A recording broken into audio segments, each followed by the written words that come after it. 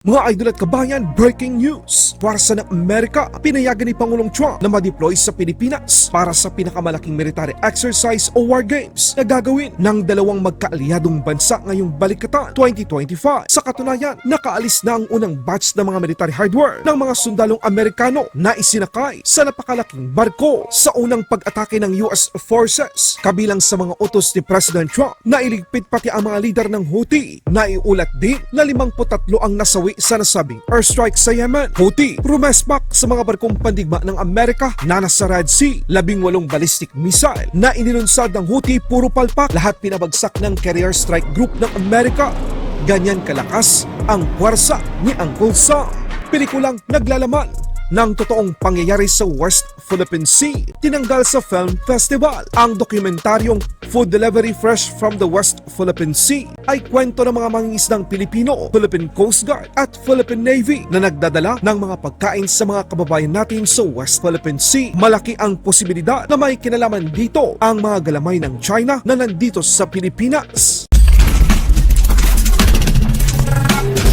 Chinese military sinubukang balaan ang Pilipinas na baguhin ang landas na tinatahak natin. Naku China, mukhang huli na ang lahat dahil ang puwersa ng Amerika ay nakahanda na rin sa kanilang bagong misyon ngayong 2025 para sa kanilang deployment sa Pilipinas. Yes, tama ang inyong narinig mga kabayan. Ang US Marine Corps MV-22B Osprey na naka-assign sa Marine Medium Tail Rotor Squadron 362, Marine Aircraft Group 16, 3rd Marine Aircraft Wing at iba pang mga sasakyang ginagamit din ng puwersang mga Amerikano ay isinakay na sa isang military sea lift na MV Green Wave noong ika-6 ng Marso taong kasalukuyan papuntang Pilipinas. Ito ay isang paghahanda ng Estados Unidos sa pinakamalaking war games o pagsasanay militar ng tropang Amerikano at mga Pilipino ngayong Balikatan 2025. Para sa inyong kaalaman mga kabayan, ito ay ilan pa lamang sa mga military hardware na nauna nang ipinadala ng Amerika sa Pilipinas. Inaasa na darating ang mga ito sa huling bahagi ng Marso ng taong ito sa bansa. Balitang Middle East naman tayo mga kabayan. Houthi, rumespak daw matapos magsagawa ng kauna-unahang airstrike ang administrasyong Trump. Target ng nasabing grupo ang malaking aircraft carrier ng Amerika na nasa Red Sea ngayon. Ayon sa Houthi, naglunsad sila ng 18 ballistic missile, cruise missiles at mga attack drone laban sa USS Harry Truman. Sinabi ng source na bago pa man makalapit sa carrier strike group ang nasabing mga banta, ang mga ito ay pinabagsak na ng mga assets ng US Navy sa Red Sea. Nasa Red Sea ang mga barkong pandigma ng Amerika tulad ng USS Truman, isang aircraft carrier. Dala ang iba't ibang eroplanong mandirigma ng US Navy, USS Gettysburg, CG-64, USS Tau, DDG-55, USS Sullivans, DDG-68 at USS Dunham, DDG-109. Ayon sa impormasyong inilabas ng Al Jazeera, 53 na ang nasawi sa ginawang unang pagsalakay ng mga puwersang Amerikano sa Yemen. Naitala na inatake ng Amerika ang nasa 47 mga target na konektado sa mga Houthi. Kinumpirma ng bagong National Security Advisor ng Pangulo ng Amerika na si Mike Waltz na iba ang diskarting ginawa ngayon ng Trump administration. Malaki ang pagkakaiba noong panahon ni dating President Biden dahil kabilang sa mga tinarget ngayon ay mga leader ng nasabing grupo. Well, thank you. And the difference is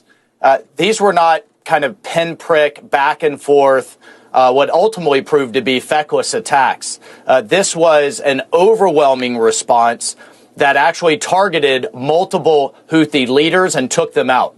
And the difference here is, one, going after the Houthi leadership, and two, holding Iran responsible. It is Iran that has repeatedly funded, resourced, trained, and helped the Houthis target not only U.S. warships, but global commerce, and has helped the Houthis shut down two of the world's most strategic sea lanes. We have, Martha, 70% of global shipping is now diverting around southern Africa, adding to the cost of goods, disrupting global economies, adding to or shutting off supplies to the United States.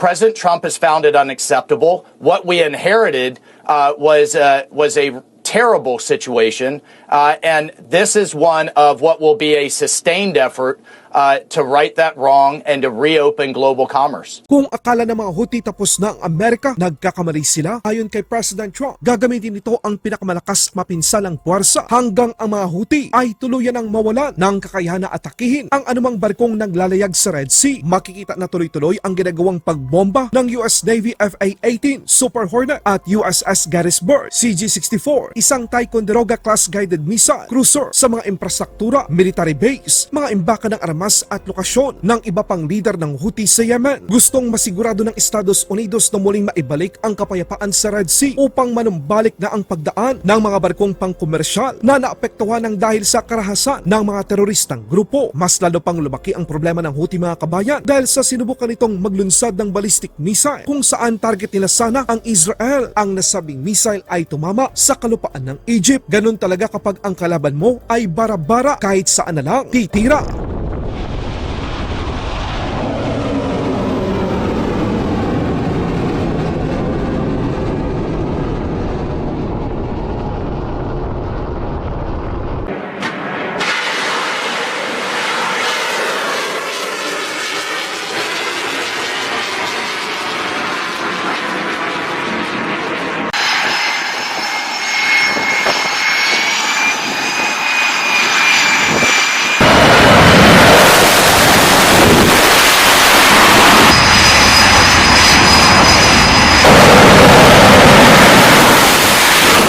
The Houthi capital felt like an earthquake.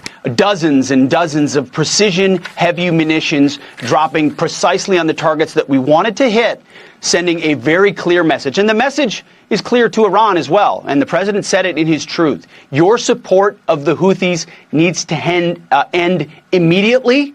We will hold you accountable as the sponsor of this proxy. And I echo his statement. Sa ibang balita naman, isang dokumentaryo na malaki sana ang magiging ambag para maibahagi sa ating mga kababayan ang totoong mga nangyayari sa West Philippine Sea. Bigla na lang inalis sa Pure Gold Sinipanado Film Festival 2025. 2 araw bago magbukas ang nasabing movie festival. Ayon sa source, ang dokumentaryong may pamagat na food delivery fresh from the West Philippine Sea ay ilalabas sana noong 14 ng Marso taong kasalukuyan na ipinapakita ang totoong istorya ng mga Pilipinong mangingisda, Philippine Coast Guard at Philippine Navy na naglalayag sa West Philippine Sea para maghatid ng mga pagkain sa mga kababayan nating mga Pilipino ay bigla na lang inalis o tinanggal o ayaw nang isali sa nasabing film festival. Noong 12 ng Marso taong kasalukuyan naglabas ng pahayag ang mga direktor o filmmaker ng nasabing documentary na kinukumpirma ang pagtanggal ng food delivery fresh from the West Philippine Sea. Gulat at dismayado ang kanilang team dahil sa external factor kung bakit ayaw nilang ilabas ito sa mga Pilipino. Wala ng iba mga kabayan, siguradong may kinalaman dito ang mga galamay ng China na nasa Pilipinas ngayon. Ayon sa filmmaker, hindi pa tayo nasa ilalim ng pamamahala ng dayuhan pero malinaw na ang pressure ay nandyan. Hanggang sa ngayon hindi pa nakatanggap ang direktor ng malinaw na rason kung bakit inalis ang kanilang documentary pero sinabi nito sa kanilang pahayag na hindi sila susuko, saan man lulupig, hindi sila pasisiil.